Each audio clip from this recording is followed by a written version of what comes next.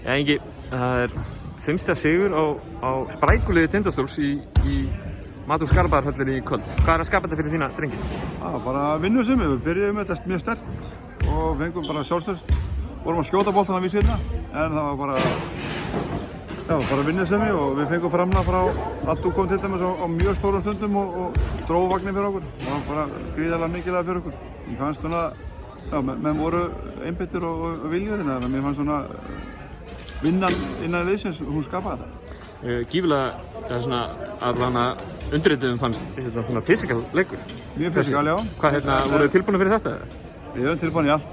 Við erum tilbúin í allt. Lítið dæmt samt á okkar matinn að sjálfsögðu. Við vorum lengi að komast í bónus í 3. og 4. leikluta og það beit okkur aðeins í rassinni til lokin.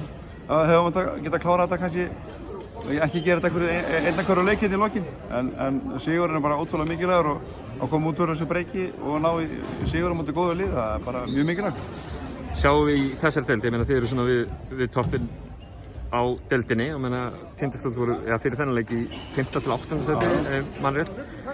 Hvað, svona nú er þú eldri en tvívetra í þessari deild. Er þetta það jafnasta sem þú séð deildina? Mjög, það hefur oft verið talað að allir leikir, en núna er bara alveg sama hvaða lið þú átt að spila við, að þú verður að vera gíraður til þess að eiga stigin 2 og það er bara skiptir engu máli við hvernig þú spila, hvar þú átt að spila og deildin er búin að vera frábær í vetur og ég held að hún eigi að vera ennþá skemmtileg.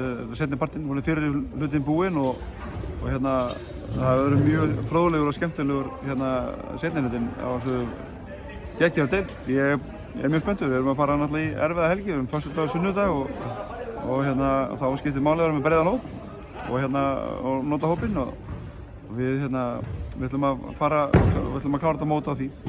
Það voru Valsararnir í næsta leik. Hvernig líst þér á möguleikann ykkar þar? Það er náttúrulega svona frekar nýtt lið sem þeir eru að mæta. Já, það er ekkert sama lið og við spilum við í fyrsta leik einhvern tímann í byrjun október, en þeir eru náttúrulega bara með nýtt lið og eru að setja sig saman og þeir geta unnið hverja sem eins og öll liðin þetta, en þeir eru mjög þéttir og með fullmanna lið og alla heila þá eru þeir klárlega eitt af þessum liðum sem getur að vera kontenderar.